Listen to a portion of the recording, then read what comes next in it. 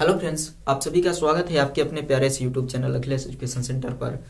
दोस्तों, आज हम लोग वन शॉट लेक्चर सीरीज के माध्यम से सीखने वाले हैं कि प्रकाश की प्रकृति तथा हाइगेंस का सिद्धांत भौतिक विज्ञान कक्षा 12 का सेकंड पेपर का ये चैप्टर है, जिसमें हम लोग पढ़ेंगे प्रकाश की प्रकृति तथा हाइगेंस का सिद्धांत।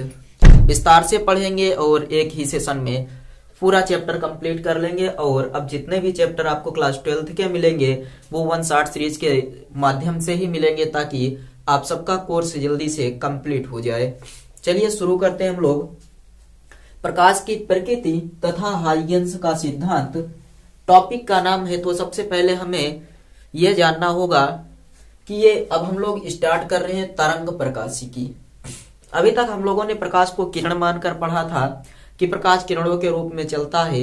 वहां पर हमने कई सारी घटनाओं की व्याख्या की, जैसे प्रकाश का परावर्तन, प्रकाश का अपवर्तन, और आपने उसमें सीखा वर्ण विक्षेपण। वर्ण विक्षेपण सीख लिए हैं और क्या पढ़े हैं, वर्ण विक्षेपण क्षमता वगैरह, ये सब चीजें जो आप लोग पढ़े हैं, ये प्रकाश का आप लोगों ने किरण रूप मानकर, प्रकाश को किरण रूप मानकर इन सभी घटनाओं की व्याख्या की थी।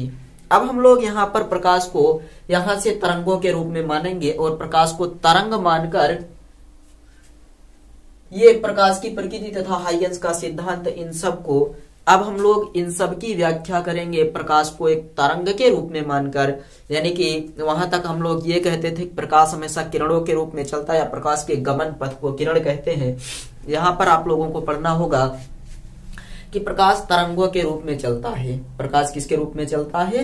तरंगों के रूप में। और इसके पहले आप लोगों ने जो टॉपिक पढ़ रखा है, वहां पर आप सब हमेशा मानते हैं कि प्रकाश किरणों के रूप में चलता है। चलिए शुरू करते हैं प्रकाश की प्रकृति के बारे में। यहाँ से आपको दो क्वेश्चन बहुत महत्वपूर्ण बताए जाएंगे, जो आपकी परीक्षा में उनमें से एक आ ही जाता है, प्रकाश की प्रकृति। देखिए 3 प्रश्न बताएंगे, 3 में से 2 बहुत महत्वपूर्ण है, और वही 2 टॉपिक में से कोई ना कोई एक टॉपिक और किसी ना किसी सेट में जरूर पूछा जाता है। पहला तो आपसे पूछा जाए कि प्रकाश की प्रकृति समझाइए, प्रकाश की प्रकृति समझाइए, तो आप क्या कहेंगे कि जो अभी आपको पढ़ाने चल रहे हैं ये पूरा का पूरा आप बता देंगे प्रकाश की प्रकृति में। दूसरा आपसे पूछा जाता है हाइगेंस का तरंग सिद्धांत या हाइगेंस का द्वितीयक तरंगी का सिद्धांत पूछा जाता। और तीसरा प्रश्न जो है वो कुछ इस प्रकार से पूछा जाता है कि हाइगेंस के द्वितीयक तरंग का सिद्धांत के आधार पर प्रकाश के परावर्तन की व्याख्या कीजिए, या फिर हाइगेंस के द्वितीयक तरंगी का सिद्धांत के आधार पर प्रकाश के अपवर्तन की व्याख्या कीजिए। ये बहुत महत्वपूर्ण टॉपिक है, इन दोनों में से कोई ना कोई एक प्रश्न जरूर आ जाता है। चलिए हम लोग शुरू करते हैं। सबसे पहले प्रकाश की प्रकृति, तो ये बताइएगा कि प्रकाश किसे कहते हैं। किरण प्रकाशिकी में आप लोगों ने क्या पढ़ा था कि प्रकाश किसे कहते हैं, बताइए। आप लोग ये पढ़े थे कि प्रकाश एक प्रकार की ऊर्जा है जो हमारे दृष्टि ज्ञान को जागृत करती है, ये पढ़े थे। तो आप यहाँ पर वही बताएंगे कि प्रकाश एक प्रकार की ऊर्जा है जो हमारे आंखों को उत्तेजित करके वस्तुओं को देखने में सहायता प्रदान करती है, वस्तुओं को देखने में सहायता प्रदान करती है या वस्तुओं का आभास कराती है। क्लियर है? तो यहाँ पर लिखिए कि प्रकाश एक प्रकार की ऊर्जा है, प्रकाश एक प्रकार की ऊर्जा है जो क्या करती है, हमारी आंखों को उत्तेजित करके, हमारी आंखों को क्या करती है, जो आंखों को उत्तेजित करके, आंखों को उत्तेजित करके हमें वस्तुओं का आभास कराती है, या उत्तेजित करके हमें वस्तुओं को देखने में सहायता प्रदान करती है, हमें वस्तुओं को देखने में सहायता प्रदान करती है, वस्तुओं को देखने में सहायता प्रदान करती है, सहायता प्रदान करती है। क्लियर हुआ कि प्रकाश एक प्रकार की ऊर्जा है जो हमारी आंखों को उत्तेजित करके वस्तुओं को देखने में सहायता प्रदान करती है, या वस्तुओं को, या हमारी आंखों को उत्तेजित करके वस्तुओं का आभास कराती है। ये प्रकाश की प्रकृति आप सबको समझ में आ गई या नहीं? आगे बढ़ा जाए। प्रकाश की प्रकृति में हम लोग इसके कुछ गुणधर्मों के बारे में जान लेते हैं कि जो प्रकाश होता है अगर वो एक प्रकार की ऊर्जा है और हमारे आंखों को उत्तेजित करके वस्तुओं को देखने में सहायता प्रदान करता है तो इसके कुछ गुण होंगे, मतलब जिनके बारे में प्रकाश की प्रकृति एक एक करके नोट करिए। देखिए, आपको कम से कम अगर प्रश्न में पूछा जाए कि प्रकाश किसे कहते हैं, इसकी प्रकृति समझाइए, तो आपको जैसे बता रहे हैं ठीक वैसे ही 10-12 पॉइंट कम से कम लिखने होंगे। देखिए, पहला पॉइंट आपको क्या लिखना है, यहां पर लिखेंगे कि जो प्रकाश होता है उसमें ऊष्मीय प्रभाव होता है। कैसे होता है इसको हम लोग समझेंगे। नंबर 1 लिखिए। नंबर 1 देखिए, प्रकाश में ऊष्मीय प्रभाव होता है। प्रकाश में ऊष्मीय प्रभाव होता है। कैसे पता चलेगा कि प्रकाश में ऊष्मीय प्रभाव होता है? थर्मामीटर जानते हैं आप लोग, थर्मामीटर जिससे तापमान मापा जाता है। अगर आप लोग उसको धूप में ले जाकर रख दें तो थर्मामीटर में जो पारा भरा होता है वो ऊपर चढ़ जाता है। इससे पता चलता है कि प्रकाश में क्या होता है, ऊष्मीय प्रभाव होता है। यानी थर्मामीटर में लगे पारे या भरे पारे का ऊपर चढ़ना यह सिद्ध करता है कि प्रकाश में क्या होता है, ऊष्मीय प्रभाव। दूसरा देखिए, दूसरा आप लोगों ने पढ़ रखा है कि प्रकाश सरल रेखा में चलता है। प्रकाश सरल रेखा में चलता है। प्रकाश सरल रेखा में चलता है, ये आप लोगों ने पढ़ा है। मान लीजिए कोई एक टार्च लीजिए, टार्च से आप क्या करते हैं, प्रकाश को मारते हैं या फोकसित करते हैं कहीं पर भी, तो क्या बताइए, प्रकाश ऐसे चलता है, सीधी सरल रेखा में गति करता है, या प्रकाश ऐसे चलता है, ऐसे? ऐसा प्रकाश कहीं आपने देखा है? ऐसा नहीं होता। तो प्रकाश हमेशा कैसे गति करता है, सरल रेखा में गति करता है। दूसरा हो गया। तीसरा आप क्या बताएंगे कि प्रकाश जो होता है वो निर्वात में चल सकता है। प्रकाश क्या करता है, निर्वात में चल सकता है। तीसरा पॉइंट, प्रकाश निर्वात में चल सकता है। प्रकाश निर्वात में चल सकता है। निर्वात में चलने का मतलब, जब प्रकाश सूर्य से चलता है तो वहां पर अनेक परतें होती हैं, जहां पर वायुमंडल अकेले है, यानी वायु वगैरह नहीं है, उस चीज को हम लोग निर्वात बोलते हैं। वहां से होता हुआ प्रकाश पृथ्वी तक आता है। तो इसके कहने का मतलब यह है कि प्रकाश वहां भी चला जहां पर क्या था, कोई माध्यम नहीं था, यानी कि प्रकाश निर्वात में भी गति कर सकता है। अगला पॉइंट चलिए देखिए, प्रकाश में परावर्तन होता है। प्रकाश में परावर्तन होता है।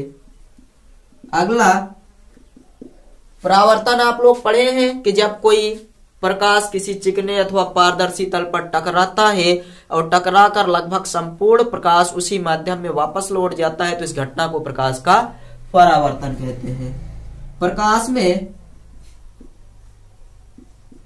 अपवर्तन होता है। प्रकाश में अपवर्तन होता है। अपवर्तन का मतलब क्या होता है, जब प्रकाश एक माध्यम से दूसरे माध्यम में जाता है तो अपने मार्ग से कुछ विचलित हो जाता है। इस घटना को प्रकाश का अपवर्तन कहते हैं। यह भी आप लोगों ने पढ़ रखा है। अगला, प्रकाश में और कौन कौन सी घटनाएं होती हैं, तो आप बताइएगा कि प्रकाश में व्यतिकरण होता है। प्रकाश में व्यतिकरण होता है, इसको आप लोग आगे पढ़ेंगे। प्रकाश में व्यतिकरण होता है, इसको आप लोग क्या करेंगे, आगे पढ़ेंगे। बस एक बार समझ लीजिए कि व्यतिकरण क्या होता है। व्यतिकरण होता है कि जब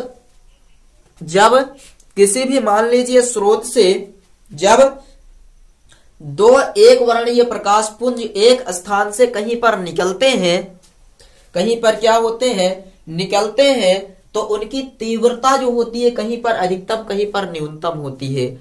इस घटना को प्रकाश का व्यतिकरण कहते हैं। अगला लिख लीजिए, प्रकाश में वर्ण विक्षेपण होता है। वर्ण विक्षेपण होता है।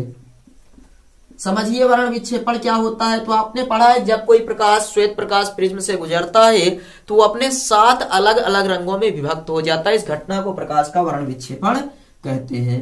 प्रकाश में विवर्तन होता है, प्रकाश में विवर्तन होता है। विवर्तन, अब ये विवर्तन क्या होता है तो इसको भी आप लोग इसी के बाद आने वाले कुछ 2-3 चैप्टरों में क्रम से पढ़ेंगे। व्यतिकरण, विवर्तन, ध्रुवण आदि घटनाएं क्या क्या होती हैं इन सबको पढ़ेंगे। कि मान लीजिए जैसे हम क्या करें, यहां से किसी प्रकाश स्रोत से एक प्रकाश गुजारें और यहाँ पर क्या करें, रख दे कोई एक स्लिट, तो ये प्रकाश यहाँ तक जाता है, उसके बाद कुछ इस प्रकार से मुड़ जाता है। तो प्रकाश के सूक्ष्म अवरोध द्वारा मुड़ने की घटना को प्रकाश का वर्ण विक्षेपण ये क्या कहते हैं, विवर्तन कहते हैं। अगला देखिए, व्यतिकरण हो गया, विवर्तन हो गया। अगला लिख लीजिए, प्रकाश में ध्रुवण होता है, प्रकाश में ध्रुवण होता है। ध्रुवण मतलब जब कोई प्रकाश एक टूरमैलिन नामक पदार्थ होता है, आपने क्रिस्टल है, टूरमैलिन नामक क्रिस्टल होता है, उस क्रिस्टल से पदार्थ को गुजारा या प्रकाश को गुजारा जाता है तो उसमें से कुछ प्रकाश उसके पार जा पाता उस क्रिस्टल के और कुछ प्रकाश उस पार नहीं जा पाता है। तो इसी घटना को कहते हैं प्रकाश का ध्रुवण। पोलराइड फिल्म जानते हैं आप लोग, जिसमें 3D संभव होता है, वो इसी की सहायता से होता है, प्रकाश में ध्रुवण होता है। अगला लिख लीजिए, प्रकाश वैद्युत प्रभाव की घटना को प्रदर्शित करता है या प्रकाश पदार्थ से इलेक्ट्रॉन उत्सर्जित कर सकता है। क्या करेंगे, प्रकाश पदार्थ से इलेक्ट्रॉन उत्सर्जित कर सकता है या उत्सर्जित करा सकता है। इस घटना को कहते हैं प्रकाश वैद्युत प्रभाव। यानी जब कोई आपतित प्रकाश किसी धातु के टुकड़े पर पड़ता है या धातु पर आपतित होता है तो उस धातु की सतह से इलेक्ट्रॉन उत्सर्जित होने लगते हैं। इस घटना को प्रकाश वैद्युत प्रभाव कहते हैं। कितने पॉइंट हो गए देखिए, 1 2 3 4 5 6 7 8 9 और 10। जब आपसे पूछा जाए कि बताइए प्रकाश की प्रकृति बताइए तथा उसके आधार पर प्रकाश के लक्षण भी आपको पूछा जाए तो ये 10 पॉइंट लिखेंगे। प्रकाश एक प्रकार की ऊर्जा है जो हमारे आंखों को उत्तेजित करके वस्तुओं को देखने में सहायता प्रदान करती है और उसके लक्षण में प्रकाश में उसमें प्रभाव होता है। कैसे पता चला, तो हमने क्या किया, पारे को ले जाकर धूप में रख दिया, उसके बाद पारा ऊपर चढ़ गया। दूसरा, प्रकाश सरल रेखा में चलता है। तीसरा, प्रकाश निर्वात में भी चल सकता है। अगला पॉइंट, प्रकाश में परावर्तन होता है, अपवर्तन होता है, व्यतिकरण, विवर्तन, वर्ण विक्षेपण, प्रकाश में ध्रुवण होता है और प्रकाश में इलेक्ट्रॉन उत्सर्जित होते हैं, जिसकी वजह से हम लोग कहते हैं ये प्रकाश वैद्युत प्रभाव की घटना है। चलिए अब आगे देखिए, ये समझ में आ गया। अब यहां पर तरंगाग्र के बारे में चर्चा करते हैं। तरंगार्ग, ऐसे तरंगार्ग, गाग्र आप बोलेंगे। वेव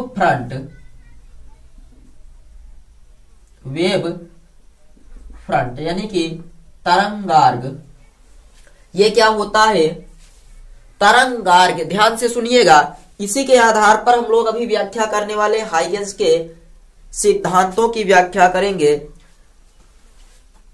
मतलब हम लोग तरंगार्ग की व्याख्या करेंगे तो आप बताएंगे कि यदि हम किसी माध्यम में एक ऐसा पृष्ठ खींचे, यदि हम किसी माध्यम में कोई ऐसा पृष्ठ खींचे जिसमें स्थित सभी कण, जिसमें स्थित तरंग के सभी कण कंपन की समान कला में हो, इसे हम लोग तरंगार्ग कहते हैं।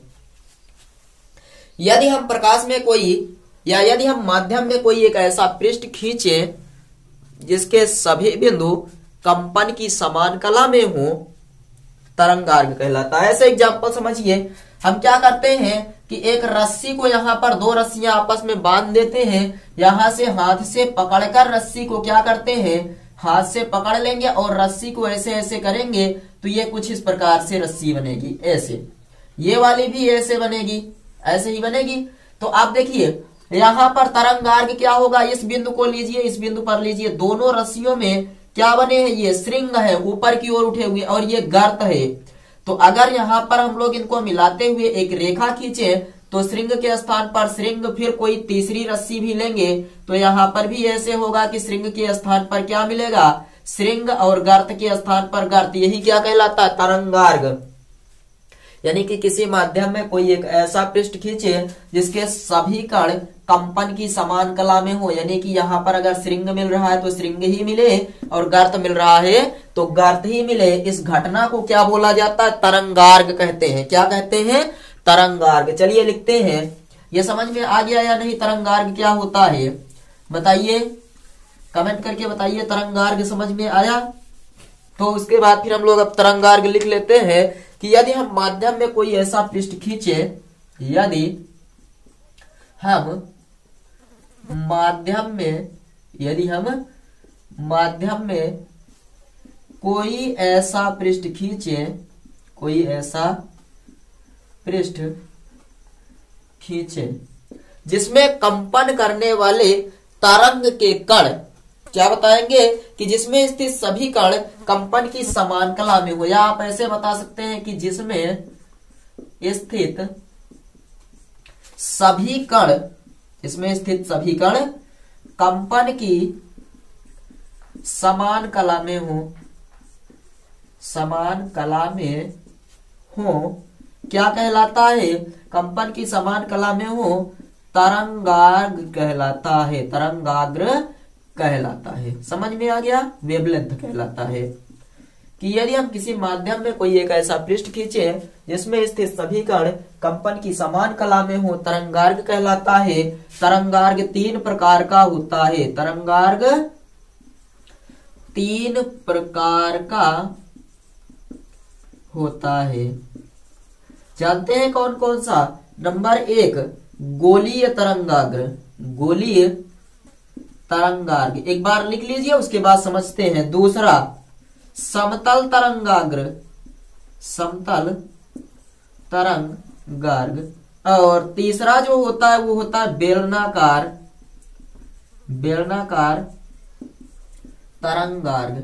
अब समझिए गोलीय तरंगाग्र क्या होगा, गोलीय तरंगार्घ क्या होगा, तो आप ये बताएंगे कि यदि जो तरंगे निकल रही होंगी अगर हम उनको स्पर्श करते हुए एक पृष्ठ खींचे तो उसे तरंगार्घ कहते हैं। लेकिन अगर हमारा जो स्रोत है बिंदुवत है, जैसे सूर्य, तो यहाँ पर देखिए चारों तरफ समान कला में कंपन करते हुए पृष्ठ खींचेंगे तो यहाँ पर जो प्राप्त हो रहा होगा श्रृंगार्थ जो भी हो वो मिलेगा, और यहाँ पर जो प्राप्त हो रहा होगा वो सभी क्या होंगे, समान कला में। यानी कि अगर बिंदुवत स्रोत है, स्रोत बिंदुवत है, तो यहाँ से निकलने वाला जो तरंगार्घ होगा वो कैसा होगा, गोलीय होगा। और अगर तरंगार्घ या मान लीजिए स्रोत क्या है, समतल है, स्रोत कैसा है, समतल है, तो तरंगाग्र कैसा होगा, या फिर स्रोत मान लीजिए रेखीय आप कह सकते हैं, स्रोत कैसा हो, रेखीय स्रोत हो, तो यहाँ पर जो तरंगार्घ प्राप्त होता है वो समतल होगा। ऐसे समझिए, अगर स्रोत गोलीय है तो या फिर बिंदुवत है तो तरंगार्घ गोलीय होगा। अगर स्रोत समतल है या स्रोत रेखीय है तो तरंगार्घ समतल होगा। ऐसे लिखिए, स्रोत अगर रेखीय है तो तरंगार्घ समतल होगा और बेलनाकार का प्राप्त होगा। आप ट्यूबलाइट जानते हैं गोलाकार होती है, जब इसमें केवल वक्र पृष्ठ से प्रकाश का उत्सर्जन हो। वक्र पृष्ठ मतलब हम लोग बगल वाले पृष्ठ को अनुप्रस्थ काट का परिच्छेद नहीं लेंगे तो इसे हम लोग बोलेंगे वक्र पृष्ठ। यहां से जो प्रकाश उत्सर्जित हो रहा होगा इस पर जो तरंगाग्र बनेगा वो कैसा बनेगा, बेलनाकार। तरंगाग्र 3 प्रकार के होते हैं, गोलीय तरंगाग्र, अगर स्रोत कैसा होगा, बिंदुवत होगा, अगर स्रोत रेखीय होगा तो समतल तरंगाग्र, और अगर स्रोत से जो प्रकाश का उत्सर्जन हो रहा होगा वो केवल स्रोत के वक्र पृष्ठ से हो रहा होगा, संपूर्ण पृष्ठ से नहीं, वक्र पृष्ठ से हो रहा होगा, तब हम लोग उसे बोलेंगे कि यहाँ पर बनने वाला तरंगार्घ कैसा है, बेलनाकार तरंगार्घ है। सब कुछ दिख रहा है, नोट कर लीजिए, सब कुछ दिख रहा है, अच्छे से नोट कर लीजिए।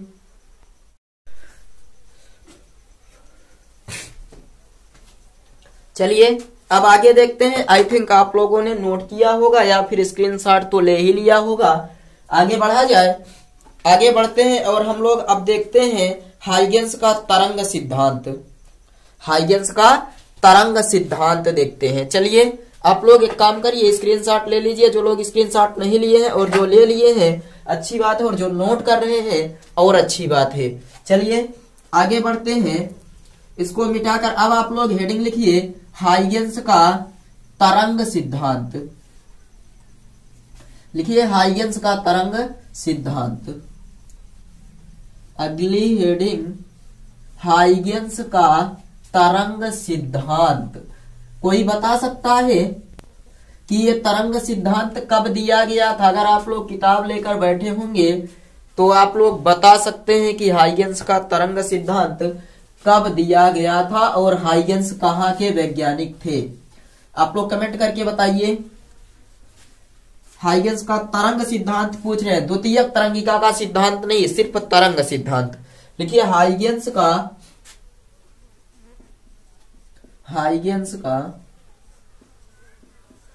तरंग सिद्धांत।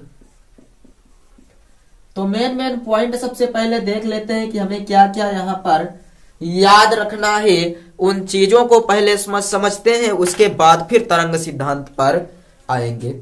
सबसे पहली बात तो ये याद रखिएगा कि प्रकाश के तरंग सिद्धांत का प्रतिपादन हालैंड के वैज्ञानिक हाइगेंस ने दिया था और 1678 ईस्वी में। तो क्या लिखेंगे?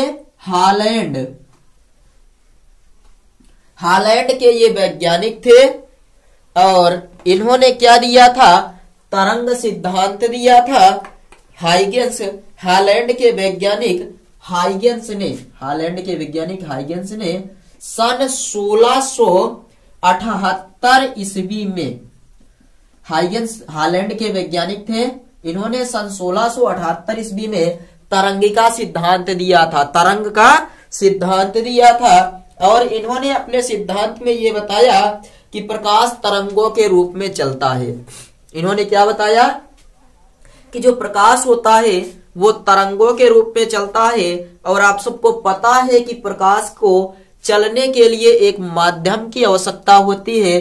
तो इन्होंने अपने प्रयोग में माना था कि दुनिया के प्रत्येक स्थान पर ईथर उपस्थित है। ईथर नाम का एक पदार्थ है जो दुनिया के प्रत्येक स्थान पर ईथर उपस्थित है, और उन्होंने निर्वात के स्थान पर सर्वव्यापी माध्यम ईथर मान लिया था। कहा ईथर इसमें भी है, इसमें भी है, उसमें भी है, उसमें भी है, हर जगह पर ईथर उपस्थित है। उन्होंने माना कि यहां पर ईथर उपस्थित होता है। हालैंड के वैज्ञानिक हाइगेंस ने सन 1678 ईस्वी में तरंगिका सिद्धांत दिया। इनके अनुसार जो प्रकाश होता है वो तरंगों के रूप में चलता है, और जो प्रकाश तरंगों के रूप में चलता है तो प्रकाश को चलने के लिए एक माध्यम की आवश्यकता होती है। इन्होंने अपने प्रयोग में सर्वव्यापी माध्यम ईथर को लिया था। उन्होंने बताया कि संपूर्ण विश्व में प्रत्येक स्थान पर ईथर उपस्थित है जो कि भारहीन होता है, यानी ईथर का अपना कोई द्रव्यमान नहीं होता है। इन्होंने ये बताया था, हाइगेंस ने ये बताया गया था। और इन्होंने ये भी बताया कि जो ईथर होता है वो हर पदार्थ में प्रवेश कर सकता है, हर पदार्थ में प्रवेश कर सकता है। और जो प्रकाश होता है वो ईथर में 3 × 10⁸ मीटर प्रति सेकंड के वेग से चलता है। इन्होंने ये बताया था। तो चलिए लिख देते हैं कि हाइगेंस ने, हालैंड के वैज्ञानिक ने, हाइगेंस जिनका नाम था, 1678 में क्या बताया था। तो इन्होंने बताया, तो ऐसे लिखेंगे, इनके अनुसार प्रकाश तरंगों के रूप में चलता है। तरंग सिद्धांत का प्रतिपादन किया था, प्रकाश तरंगों के रूप में चलता है। क्या बताएंगे कि प्रकाश तरंगों के रूप में चलता है। क्योंकि प्रकाश को चलने के लिए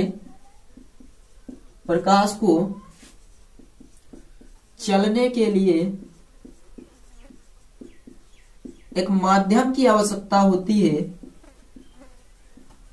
एक माध्यम की आवश्यकता होती है। प्रकाश को चलने के लिए एक माध्यम की आवश्यकता होती है। इन्होंने बताया कि जो प्रकाश होता है उसको चलने के लिए एक माध्यम की आवश्यकता होती है, तो हाइगेंस ने चलने के लिए एक माध्यम की आवश्यकता होती है, अतः हाइगेंस ने अपने प्रयोग में सर्वव्यापी माध्यम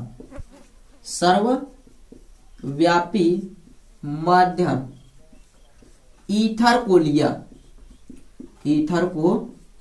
लिया और यह बताया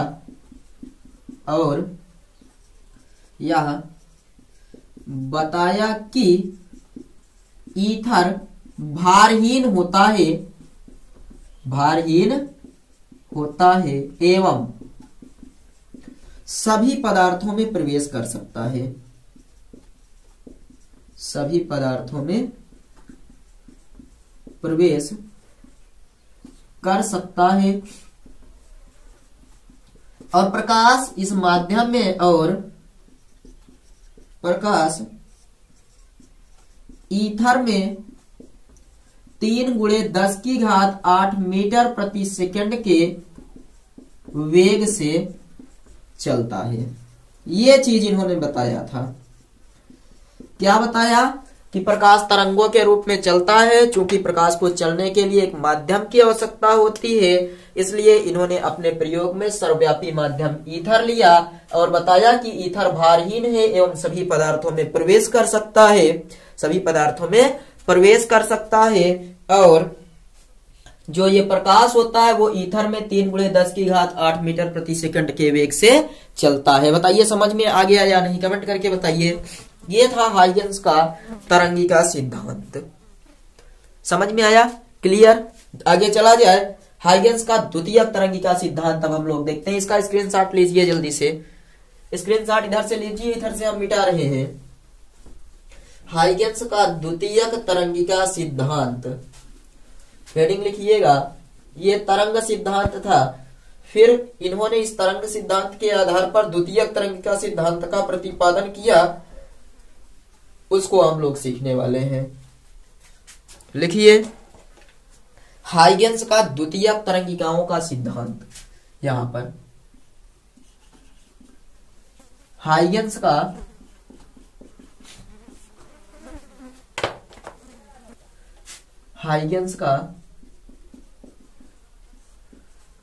द्वितीयक तरंगिकाओं का सिद्धांत। द्वितीयक तरंगिकाओं का सिद्धांत, या आप ऐसे ज्यादा बेटर लिख सकते हैं कि हाइगेंस के द्वितीयक तरंगिकाओं का सिद्धांत। क्लियर, हाइगेंस के द्वितीयक तरंगिकाओं का सिद्धांत। तो सबसे पहले इन्होंने अपना जो सिद्धांत दिया था, इसमें सबसे पहला सिद्धांत उन्होंने यही दिया था जो आपको इसके पहले बताए, तरंगार्ग की परिभाषा ही बता दी थी। पहले सिद्धांत में इन्होंने क्या बता दिया था, तरंगार्ग की परिभाषा बताया। इन्होंने द्वितीयक तरंगिकाओं का सिद्धांत का जो प्रतिपादन किया था, उस प्रतिपादन में सबसे पहला सिद्धांत यह बताया कि जब किसी माध्यम में स्थित तरंग स्रोत से तरंगे निकलती हैं, जब किसी माध्यम में स्थित तरंग स्रोत से तरंगे निकलती हैं, यानी तरंगे निकलती हैं, तो स्रोत के चारों ओर स्थित माध्यम के कण कंपन करने लगते हैं। और कंपन करते हुए कण, इन्होंने बताया कि जब किसी तरंग स्रोत से, किसी भी माध्यम में कोई तरंग स्रोत रखा गया हो, वहां से तरंगे निकलेंगी, तो तरंग स्रोत के चारों ओर उपस्थित माध्यम के जो कण होते हैं वो कंपन करने लगते हैं। और कंपन करते हुए कणों को हम लोग उसी पृष्ठ पर कंपन करने लगते हैं। तो कंपन करते हुए कणों के पृष्ठ पर हम लोग क्या करें कि पृष्ठ पर स्थित सभी कण कंपन की समान कला में हो जाएंगे, यानी कि पृष्ठ पर स्थित वह बिंदु, वह स्थान जहां पर कंपन करते हुए कण कंपन की समान कला में हो जाते हैं, उसे हम लोग क्या बोलते हैं, तरंगार्ग कहते हैं। और तरंगार्ग 3 प्रकार का होता है। सबसे पहला आप यही बताएंगे, क्या बताएंगे कि जब किसी माध्यम में स्थित तरंग स्रोत से तरंगे निकलती हैं, लिखिए, जब किसी माध्यम में स्थित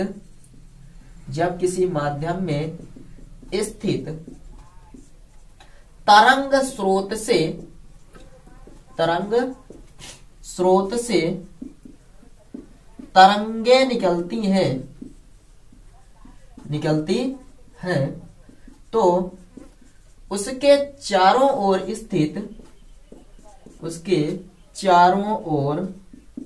स्थित माध्यम के कण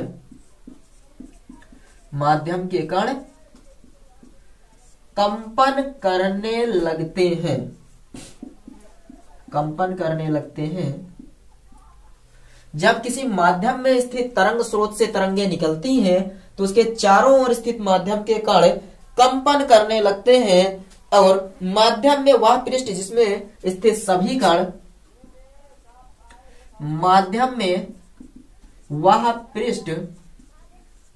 जिसमें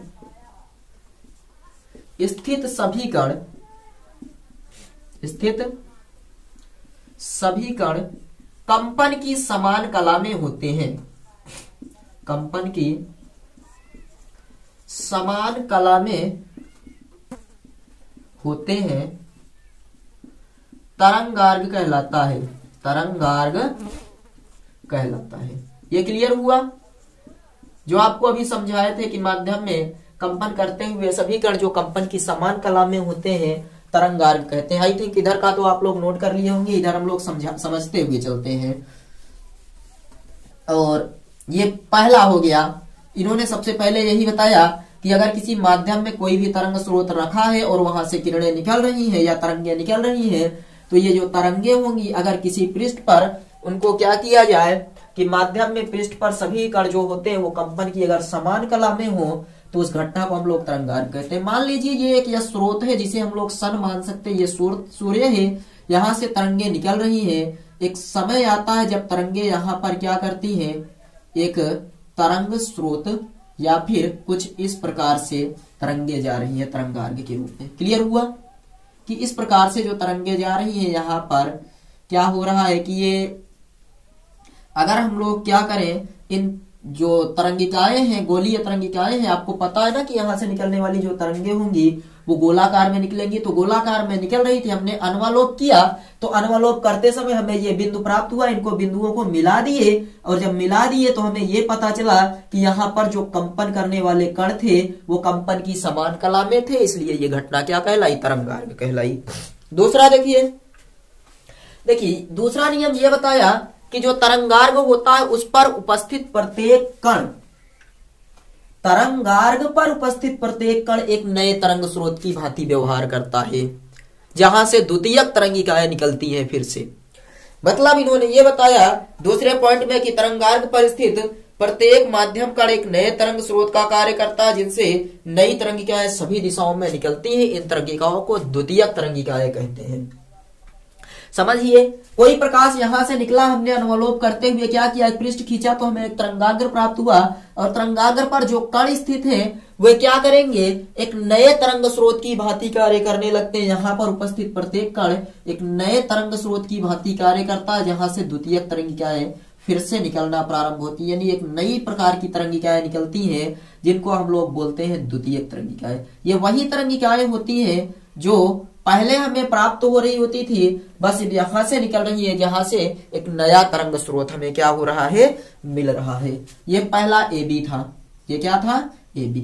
अब क्या करें, अगर हम इनको अनुवलोप करते हुए एक पृष्ठ खींचे, अनुवलोप का मतलब समझ रहे हैं, इनको टच करते हुए एक पृष्ठ खींचे, किसी क्षण आगे बढ़ते हुए तरंगिकाओं का या द्वितीय तरंगिकाओं का अनुवलोप करते हुए अर्थात उन्हें स्पर्श करते हुए एक पृष्ठ खींचे तो यह अनुवलोप उस क्षण तरंगाग्र की नई स्थिति को प्रदर्शित करता है। मान लीजिए हमने इनको अनुवलोप करते हुए एक पृष्ठ खींचा कुछ इस प्रकार से, तो ये क्या करेगा, एक नए तरंग स्रोत का कार्य करेगा, यानी कि एक नए तरंगाग्र को ये प्रदर्शित कर रहा है। इसका नाम क्या रख देंगे, A', B'। क्लियर हुआ। पहला नियम यह बताया गया कि अगर किसी भी माध्यम में क्या हो, तरंगे स्थित तरंग स्रोत से तरंगे निकल रही हो तो उनके चारों ओर स्थित माध्यम के कण कंपन करने लगते हैं और माध्यम में वह पृष्ठ जिसमें स्थित सभी कण कंपन की समान कला में होते हैं तरंगार्घ कहलाते हैं। और तरंगाग्र पर स्थित प्रत्येक बिंदु एक नए तरंग स्रोत की भांति व्यवहार करता है, जिनसे द्वितीयक तरंगिकाएं बाहर निकलती है, एक नए प्रकार की तरंगिकाएं बाहर निकलती हैं, जिन्हें हम लोग द्वितीयक तरंगिकाओं का नाम देते हैं। तो ये तरंगे माध्यम में प्राथमिक तरंग की चाल से ही आगे बढ़ती है। तो नंबर 2 आप लिखिएगा। नंबर 2 क्या लिखेंगे कि तरंगाग्र पर स्थित प्रत्येक कण एक नए तरंग स्रोत की भांति व्यवहार करता है। तरंगार्घ पर स्थित प्रत्येक कण एक नए तरंग स्रोत की भांति, एक नए तरंग स्रोत की भांति कार्य करता है, जहां से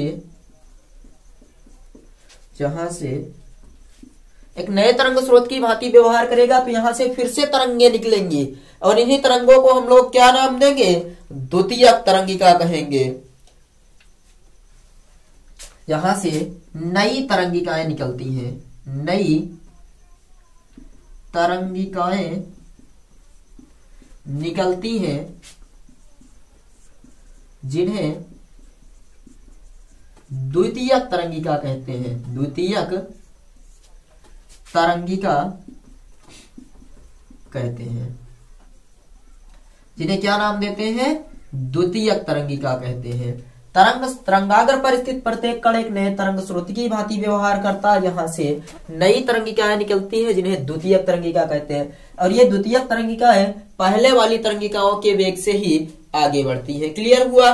और आप तीसरा बताएंगे कि यदि द्वितीयक तरंगिकाओं को स्पर्श करते हुए किसी क्षण या अनुलोप करते हुए किसी भी क्षण एक क्या किया जाए? एक लाइन बना दी जाए, यानी कि आगे बढ़ते हुए द्वितीयक तरंगिकाओं को अनुलोप करते हुए यानी स्पर्श करते हुए एक पृष्ठ खींचे, तो यह अनुलोप उस क्षण नए तरंगाग्र की स्थिति को प्रदर्शित करता है, नए तरंगाग्र की स्थिति को प्रदर्शित करता है। चलिए तीसरा पॉइंट नीचे दिख रहा है, एक बार चेक करने दीजिए। इधर देख लेते हैं। यहां पर नंबर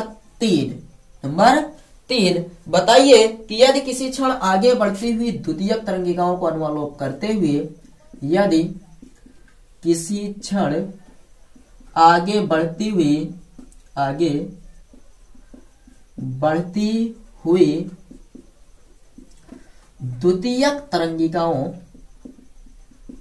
द्वितीयक तरंगिकाओं को अनुलोप करते हुए पृष्ठ खींचे, तो यह पृष्ठ क्या करता है? एक नए उस क्षण एक नए तरंगार्घ की स्थिति को प्रदर्शित करता है। तरंगार्घ की स्थिति को प्रदर्शित करता है। उन्होंने सिर्फ एक चीज और देखिए, उन्होंने सिर्फ ये माना था कि जो अनुलोप होता है वो आगे की ओर होता है, यानी कि इन्होंने ये चीज अस्वीकार कर दिया कि अनुलोप जो पीछे की ओर भी हो, ऐसा संभव है। ऐसा हो सकता है कि अनुलोप अगर आगे की ओर हो रहा है तो ये पीछे की ओर भी हो, लेकिन इन्होंने कहा नहीं, अनुलोप करते हुए अगर हम तरंगाग्र की स्थिति को देखेंगे तो वो सिर्फ आगे की ओर बढ़ेगा, पीछे की ओर ऐसा कुछ नहीं होता है। इन्होंने क्या बताया कि ये जो पीछे की ओर है ऐसा कुछ नहीं होता, यानी तरंगार्घ पीछे की ओर नहीं बनता है। हाइगेंस ने पीछे वाले अनुलोप को स्वीकार नहीं किया था, इसीलिए इन्होंने समझाया कि तरंगार्घ हमेशा आगे की ओर बढ़ता है। It's clear? बताइए समझ में आ गया या नहीं? बताइए आगे बढ़ा जाए। इनके कुछ, जब कोई भी वैज्ञानिक मान लीजिए या कोई भी जो शास्त्र क्या कहते हैं दर्शन शास्त्री होता है, दार्शनिक जिसे बोलते हैं, अगर कोई भी सिद्धांत प्रस्तुत करता है तो इस सिद्धांत की कुछ कमियां होती हैं और कुछ हद तक यह सिद्धांत सफल होता है, तभी आप लोगों को पता है, कई बार आपको बता चुके हैं कि सिद्धांत और नियम में कुछ अंतर होते हैं, मूलभूत अंतर होते हैं जिन्हें आपको समझना चाहिए। आप लोग कमेंट करके बताइएगा कि सिद्धांत और नियम में क्या अंतर होते हैं। चलिए हम लोग अब देखते हैं कि इन्होंने तरंगिका सिद्धांत तो प्रतिपादित कर दिया, लेकिन इसी के साथ ये कुछ कमियां छोड़ गए। कुछ चीजों को ये जो इनका तरंगिका सिद्धांत था वो सिद्ध नहीं कर पाया, और कुछ चीजों को सिद्ध किया। तो सफलता और विफलता, कोई भी चीज अगर होती है तो उसमें दो चीज होते हैं, दो पक्ष होते हैं, तो या तो सफलता या तो असफलता, या सफलता और असफलता। कुछ कुछ स्थानों पर यह नियम सफल हुआ, सिद्धांत सफल हुआ, कुछ कुछ स्थानों पर यह सिद्धांत असफल हुआ। तो हम सबसे पहले अच्छी चीज पढ़ेंगे कि हाइगेंस की सिद्धांत के जो सफलताएं थी उनको हम लोग जान लेते हैं कि इनका जो सिद्धांत था वो कहां कहां पर सफल हुआ। किसी को पता है तो आप लोग कमेंट करके बता सकते हैं कि जो हाइगेंस का सिद्धांत था वो कहां कहां पर सफल हुआ और कहां पर यह सिद्धांत असफल रहा। सबसे पहली चीज आप ये याद रखिएगा कि हाइगेंस का जो सिद्धांत था वो प्रकाश के परावर्तन की व्याख्या किया। प्रकाश के परावर्तन की तथा अपवर्तन की व्याख्या करने में सफल रहा। व्याख्या करने में सफल। पहला चीज तो क्लियर हुआ कि हाइगेंस का सिद्धांत प्रकाश के परावर्तन और अपवर्तन की व्याख्या किया, अच्छे से किया। हम लोग पढ़ेंगे भी प्रकाश के अपवर्तन और परावर्तन की व्याख्या कि हाइगेंस का सिद्धांत ने द्वितीयक तरंगिका सिद्धांत के अनुसार किस प्रकार से प्रकाश के परावर्तन की व्याख्या करता है और किस प्रकार से अपवर्तन की व्याख्या करता है। और जो हाइगेंस का द्वितीयक तरंगिका सिद्धांत था वो प्रकाश के व्यतिकरण तथा विवर्तन की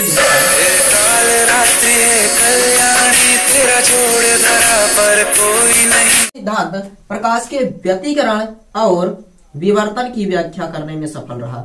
व्यतिकरण और विवर्तन की व्याख्या करने में सफल रहा। व्याख्या करने में सफल रहा। तो असफल कहां हुआ बताइए।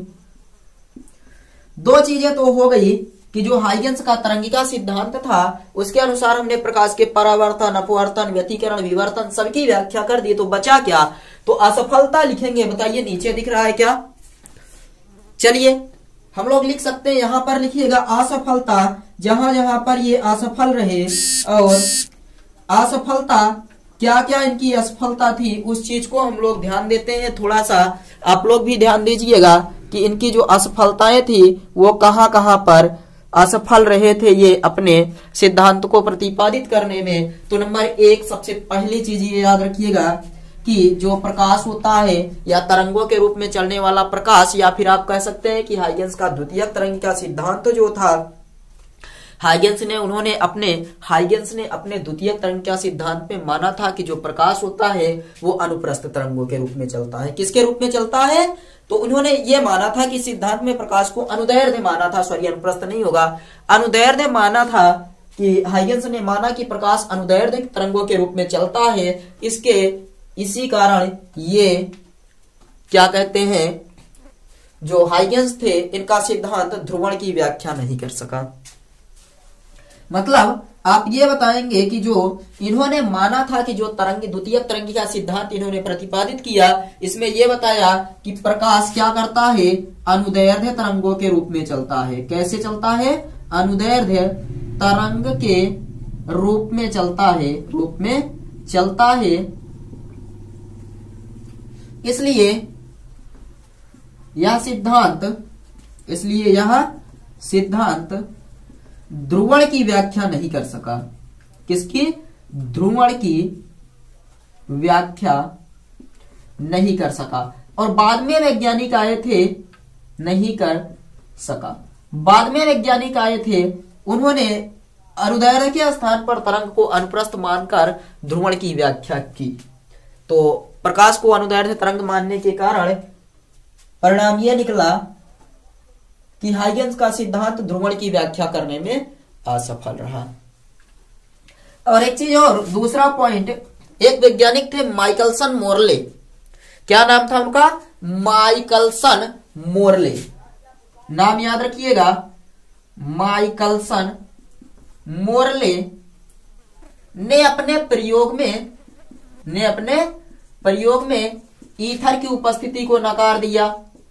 ईथर बताया अनुपस्थित, यानी कि माइकलसन मोरले आए और उन्होंने बताया कि ईथर जैसा कुछ भी नहीं होता है जो कि प्रकृति में हर जगह विद्यमान हो, जैसा कि इन्होंने हाइगेंस ने बताया था कि संपूर्ण संसार में यहाँ वहां प्रत्येक स्थान पर ईथर उपस्थित है। इन्होंने कहा कि ईथर नाम की कोई चीज ऐसी नहीं है कि जो प्रत्येक ब्रह्मांड में हर जगह पर उपस्थित हो। तो दो चीज हुआ, पहला ध्रुवण की व्याख्या करने में असफल, दूसरा माइकलसन मोरले ने बताया कि ईथर नहीं होता है या ईथर कहीं पर भी उपस्थित नहीं होता है। तीसरा पॉइंट और याद रख लीजिएगा कि इस सिद्धांत से प्रकाश वैद्युत प्रभाव की व्याख्या नहीं की जा सकी।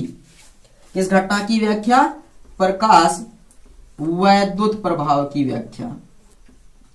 प्रकाश वैद्युत प्रभाव की व्याख्या नहीं की जा सकी।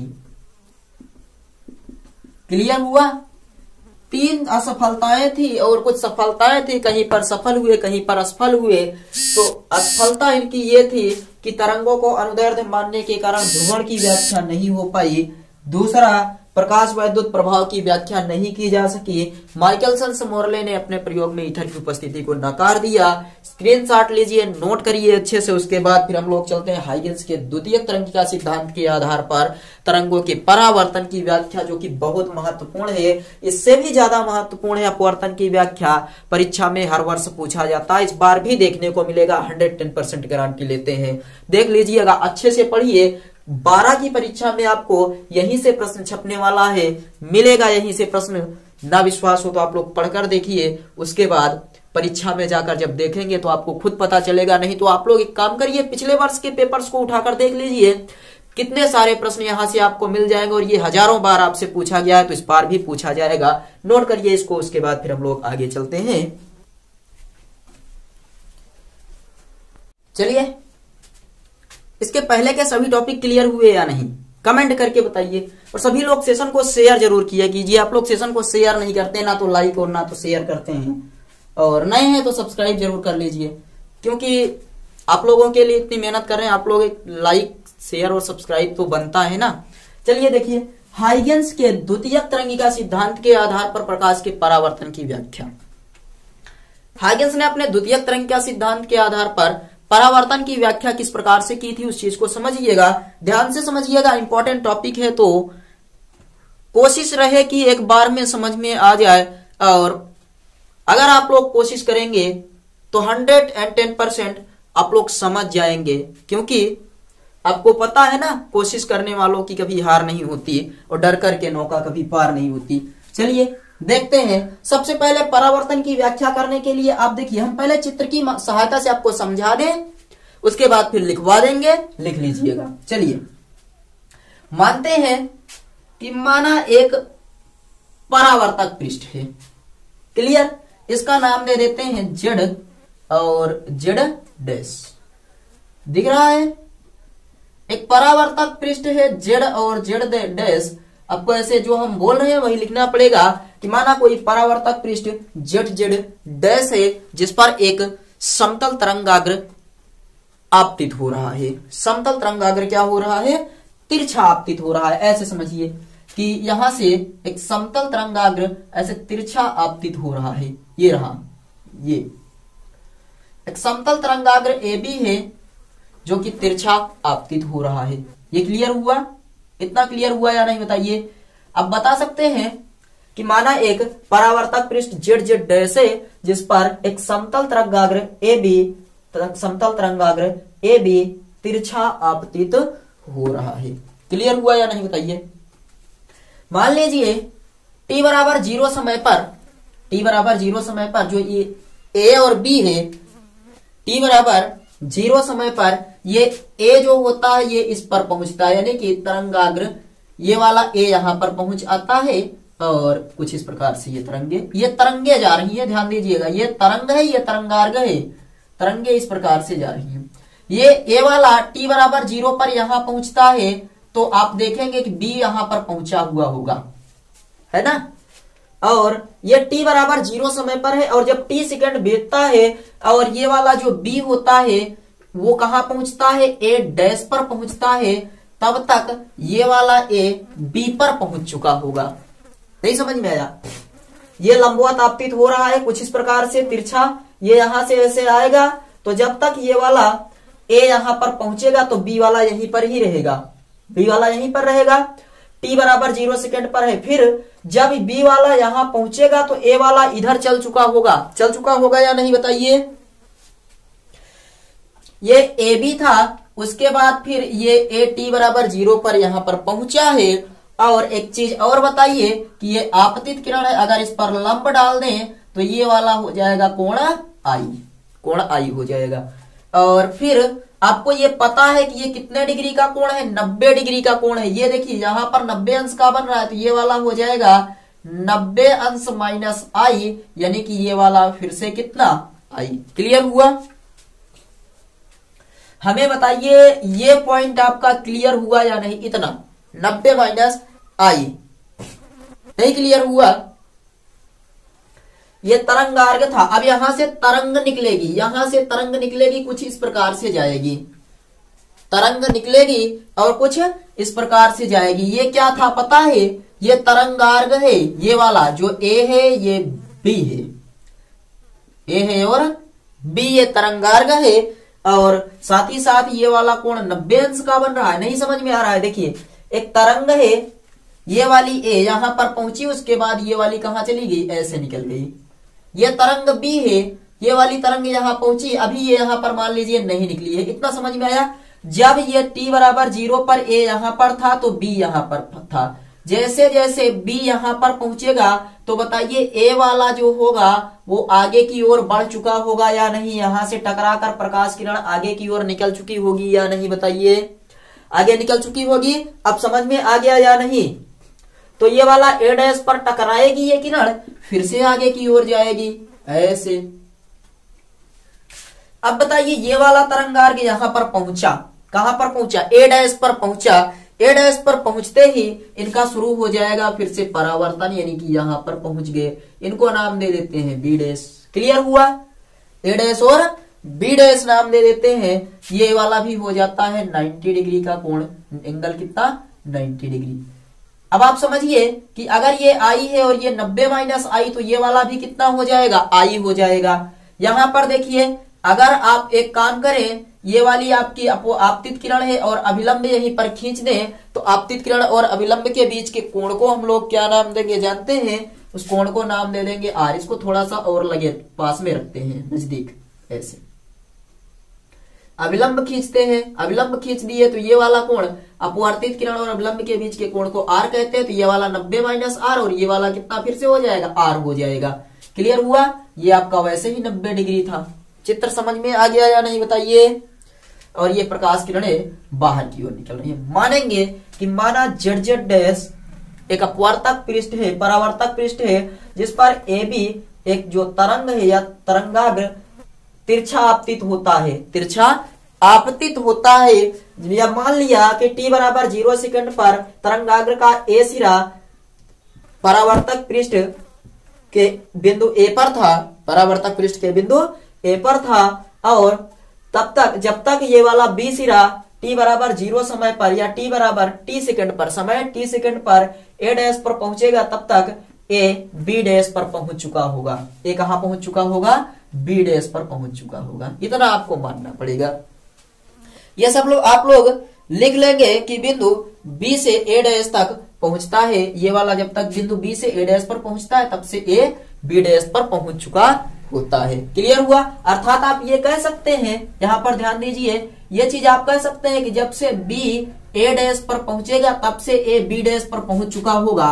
मतलब आप कह सकते हैं AB डैश बराबर B dash A, B dash A।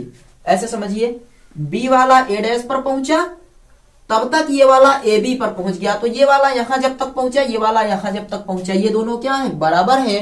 और आपको एक चीज याद रखना है कि ये तरंगे v वेग से चल रही है और t समय लग रहा है, यहां से यहां पहुंचने में t सेकंड का समय लग रहा है, vt हो गया। नाम देते हैं समीकरण नंबर 1। क्लियर हुआ? क्लियर हुआ? फिर आगे बढ़ चलते हैं, आगे बढ़ते हैं। इसके लिए आप क्या करेंगे, एक को केंद्र मानेंगे, एक को केंद्र मानेंगे और एक यहां पर क्या करेंगे, चाप बना देंगे, चाप बना देंगे। अब आपको एक चीज दिख रहा होगा, यहां पर दो त्रिभुज दिख रहे होंगे। देखिए एक त्रिभुज ये है जिसका नाम क्या है, ए डैश बी। एक त्रिभुज ये है जिसका नाम क्या है, ए डैश बी डैश ए। ले बताइए, ये परावर्तन हो रहा है तो ये परावर्तित तरंगाग्र होगा, पता है ना, ये वाला आपतित तरंगाग्र, परावर्तित तरंगाग्र। लेते हैं समकोण त्रिभुज है ये दोनों। देखिए यहाँ पर 90 अंश का कोण, यहाँ पर भी 90 अंश का कोण। तो अब हम लोग लेंगे समकोण त्रिभुज, समकोण त्रिभुज ए डैश बी तथा ए डैश में, या से कर दीजिए। अब एक चीज हमें ये बताइए, सबसे पहला तो आप ये देख पा रहे होंगे कि ए डैश बी बराबर ए, ये वाला ए डैश बी बराबर A B dash, A dash B बराबर ए बी डैश। क्लियर है? ए डैश बी बराबर ए बी डैश। सर्वांग सम सिद्ध कर रहे हैं, सभी अंग समान, सर्वांग सम सिद्ध कर रहे हैं। ए डैश बी बराबर ए बी डैश। क्लियर हुआ? दूसरा और एक चीज और देखिए, ये दोनों समकोण है क्या, आप बता देंगे कोण ए बी ए डैश बराबर कोण ए डैश बी डैश ए। क्यों? समकोण है। चलिए कोण ए बी ए डैश बराबर कोण ए डैश बी डैश ए क्या है, समकोण है, ये समकोण है और ये भुजाएं बराबर हैं। क्या हुआ, दोनों VT के बराबर थे, है ना, VT के बराबर हैं और ये समकोण है। तीसरा एक चीज और सिद्ध कर लेते हैं, ए डैश दोनों त्रिभुजों की संगत भुजाएं हैं। क्या करेंगे, त्रिभुजों की संगत भुजाएं हैं। क्लियर है या नहीं बताइए, हमें बताइए ये क्लियर है? उभयनिष्ठ भुजा आप कह सकते हैं, ए डैश बराबर ए डैश उभयनिष्ठ भुजा, उभयनिष्ठ भुजा। अब ये बताइए, ये एक चीज सिद्ध हो गया कि ये त्रिभुज सर्वांग सम है, सिद्ध हो गया या नहीं बताइए, बताइए हमें। तो आप लिख देंगे, अगर तीन चीज बराबर हो गया तो कहेंगे इस प्रकार ये त्रिभुज सर्वांग सम है, सर्वांग सम है, यानी कि इस त्रिभुज का सभी अंग समान है। अगर सभी अंग समान है तो आप बता देंगे कि ये जो आई रहा होगा ये वाला आर के भी क्या रहा होगा, समान रहा होगा। क्लियर है? बताइए, इससे स्पष्ट होता है कि आपतित तरंगाग्र जो AB है, आपतित तरंगाग्र क्या है, AB है, परावर्तित तरंगाग्र A डैश B डैश, आपतित तरंगाग्र AB, परावर्तित तरंगाग्र A dash B dash, A dash B dash परावर्तक पृष्ठ ZZ डैश के साथ बराबर का कोण बनाते हैं, बराबर का कोण बनाते हैं। और चूंकि जो किरणें होती है वो सदैव तरंगार्घ के लंबवत होती हैं, जो किरणें चल रही होती हैं वो तरंगार्घ की क्या होती है, लंबवत होती हैं। अतः आपतित तथा परावर्तित किरणें ZZ डैश के अवलंब से बराबर का कोण बनाएंगी। अर्थात आप ये कह सकते हैं कि आपतन कोण बराबर परावर्तन कोण, आपतन कोण बराबर परावर्तन कोण, यानी कोण आई बराबर कोण आर। ये सिद्ध हो गया, बताइए ये सिद्ध हो गया या नहीं?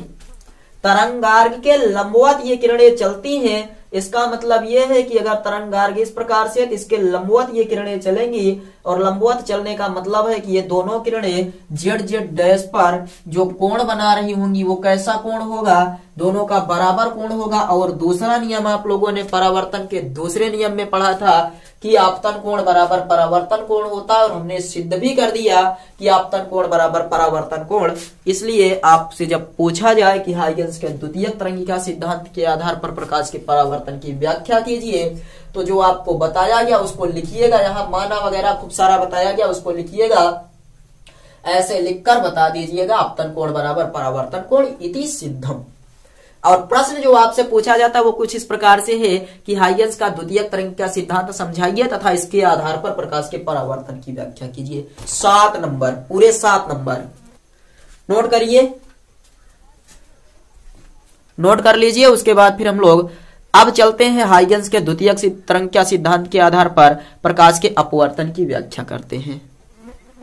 चलिए, तो हमें लगता है आप सबको ये अच्छे से समझ में आ गया होगा। वीडियो बहुत लंबा हो रहा है, इसलिए हम लोग अब क्या करेंगे, अगले वीडियो में जब मिलेंगे तो इसके सभी न्यूमेरिकल्स को भी हल करेंगे। 12 छोटे छोटे न्यूमेरिकल हैं और साथ ही साथ प्रकाश के अपवर्तन की व्याख्या भी कर लेंगे। तो आप लोग भी उब चुके होंगे तो अच्छे से समझ में आ जाएगा।